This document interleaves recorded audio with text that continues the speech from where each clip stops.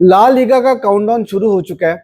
सिर्फ 10 games La Liga में बाकी हैं बार्सिलोना की। और अगर बार्सिलोना इन 10 गेम्स में से 9 गेम्स जीत जाती है तो बार्सिलोना ला लीगा चैंपियन बन जाएगी। क्या बार्सिलोना ये 9 गेम्स जीत पाएगी कि नहीं जीत पाएगी, ये एक बहुत बड़ा सवाल है। उसकी रीजन ये कि अगर आप बार्सा के फिक्चर्स उठाकर देखो तो यहाँ पर 2-3 काफी ट्रिकी किस्म की गेम्स हैं जो बार्सिलोना ने अवे फ्रॉम होम भी खेलनी है और काफी डिफिकल्ट फिक्चर्स हैं वहां पर। और ये भी हमें देखना होगा कि क्या रियल मैड्रिड अपने पॉइंट्स ड्रॉप करती है कि नहीं करती, क्योंकि आज अगर हम देखें तो एटलेटिको मैड्रिड ने फिर से पॉइंट्स ड्रॉप कर दिए अगेंस्ट स्पैनियोल। और मेरे ख्याल से एटलेटिको अब ला लीगा टाइटल रेस से तो बाहर हो चुकी है। और दूसरी बात रियल मैड्रिड की, तो उन्होंने लैगनीज वाला गेम अपना बड़ी मुश्किल से कमबैक करके जीत लिया और वो अब 63 पॉइंट के साथ बार्सिलोना के साथ टॉप ऑफ द टेबल के ऊपर बैठी हुई है।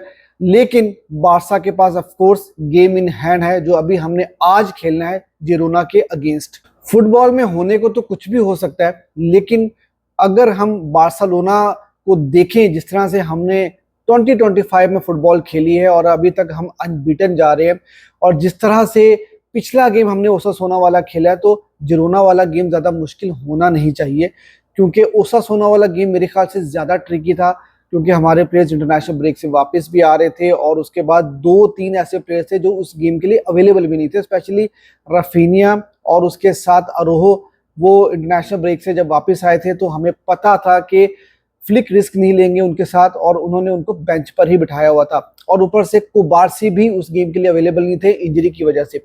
लेकिन जिरोना का जो गेम है यहाँ पर भी हमें बहुत सारी रोटेशंस देखने को मिलेंगी, क्योंकि ऑफ कोर्स फ्लिक के माइंड में कहीं ना कहीं जो मिड वीक के अंदर हमारा एक बहुत इंपॉर्टेंट गेम आने वाला है एटलेटिको डी मैड्रिड वाला, जो कोई कोपा डेल रे का सेमीफाइनल होगा, सेकंड लेग होगा। तो उसके लिए मुझे लगता है यही कि फ्लिक बहुत सारी रोटेशंस भी करेंगे और काफ़ी सारे प्लेयर्स को यहाँ पर रेस्ट भी कराया जाएगा ताकि वो अपने प्लेयर्स को एटलेटिको की गेम के लिए थोड़ा सा फ्रेश भी रख सकें और उस गेम के लिए जो है वो बार्सा पूरी तरह से तैयारी भी कर सके। ओसासुना वाली गेम में बार्सिलोना को एक काफ़ी बड़ा धचका लगा, क्योंकि दानी ओल्मो इंजर्ड हो गए थे और जब बाद में टेस्ट हुए तो उससे ये पता लगा कि दानी ओल्मो तकरीबन 3 हफ्ते के लिए अवेलेबल नहीं है। दानी ओल्मो या तो वो बेंच पे होते हैं या जब वो बार्सिलोना के लिए खेल रहे होते हैं तो वो बिल्कुल ऐसे खेलते हैं जैसे कोई रोनाल्डिनियो बार्सिलोना के लिए खेल रहा है। लेकिन प्रॉब्लम ये है कि इस सीजन में वो 2-3 बार इंजर्ड हो चुके हैं, और ये बात तो हमें पता थी जब हम उनको साइन कर रहे थे कि वो काफ़ी इंजरी प्रोन है। और आपने लास्ट गेम में देखा भी कि जब वो इंजर्ड हुए तो फ्लिक का रिएक्शन भी बड़ा जो है वो खराब सा रिएक्शन था और वो भी काफ़ी ज़्यादा नाराज़ हुए थे। अब देखना ये होगा कि दानी ओल्मो की अनअवेलेबिलिटी को किस तरह से फ्लिक मैनेज करेंगे और उनकी जगह पे कौन से प्लेयर खेलेंगे।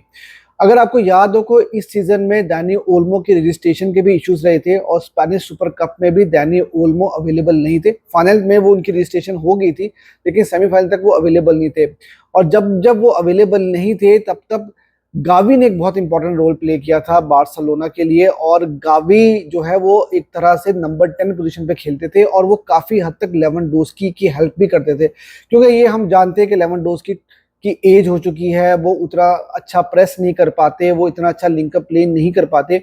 और जब बार्सा को प्रेसिंग करनी होती है तो लेवेंडोस्की थोड़ा डीप आ जाते थे और गावी जो है वो उनकी जगह जाकर प्रेस कर रहे होते थे। तो मुझे लगता है कि अब दानी ओल्मो की एब्सेंस में गावी और फेर्मिन लूपेस, इन दोनों प्लेयर्स का जो है रोल वो बहुत ही इंपॉर्टेंट रहेगा, स्पेशली जो बड़ी गेम्स होने वाली हैं जैसे एटलेटिको वाली गेम होगी या डॉर्टमुंड वाली गेम होगी, यहाँ पर ये दोनों प्लेयर्स बहुत ज़्यादा काम आएंगे। लेकिन फिर भी कहीं ना कहीं जो इम्पैक्ट दानी ओल्मो डालते हैं, जहाँ पर लो ब्लॉक के अंदर आपको डिफेंस को तोड़ना होता है, लाइन ब्रेकिंग पासेस आपको निकालनी होती है, तो ऐसी सिचुएशन में दानी ओल्मो जो है जो बार्सा के लिए वो काम करते हैं ना, वो काम मेरे ख्याल से गावी और फेर्मिन लूपस नहीं कर सकते। लेकिन फिर भी अब अगर वो अवेलेबल नहीं है तो हमें कोई ना कोई सोल्यूशन तो उसके लिए ढूंढना होगा।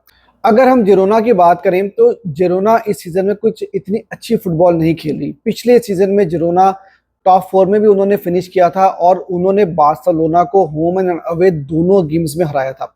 अब पिछले सीजन वाला जो उनका स्क्वाड था उसके अंदर बहुत सारी चेंजेस होगी, बहुत सारे प्लेयर्स क्लब छोड़कर चले गए और इस टाइम पर Girona 13th on the table है 34 पॉइंट्स के साथ।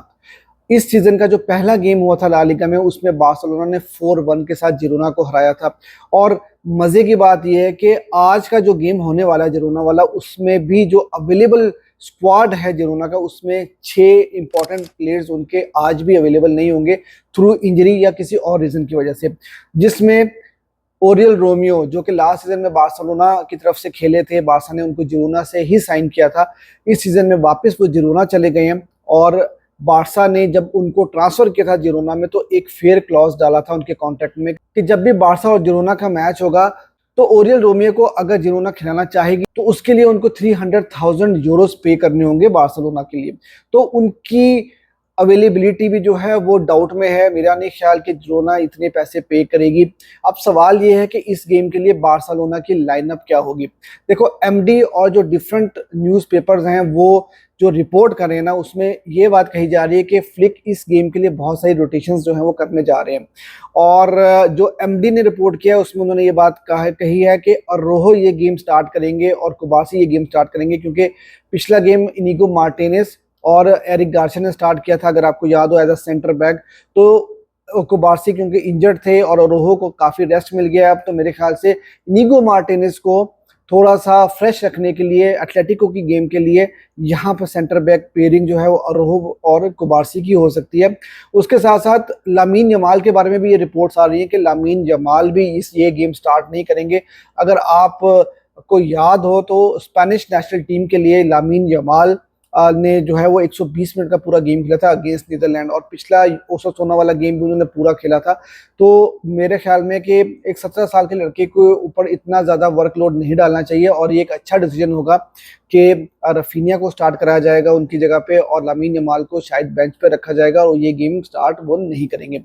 लेवेंडोस्की ने भी पिछली गेम में आखिरी 15-20 मिनट की गेम खेली थी और एमडी के मुताबिक वो ये गेम स्टार्ट करेंगे, और फर्मीन लूपेस जो है वो हमें खेलते हुए या स्टार्ट करते हुए नजर आ सकते हैं, और वो दानी ओल्मो की जगह नंबर 10 पोजीशन के ऊपर खेल सकते हैं बार्सिलोना के लिए।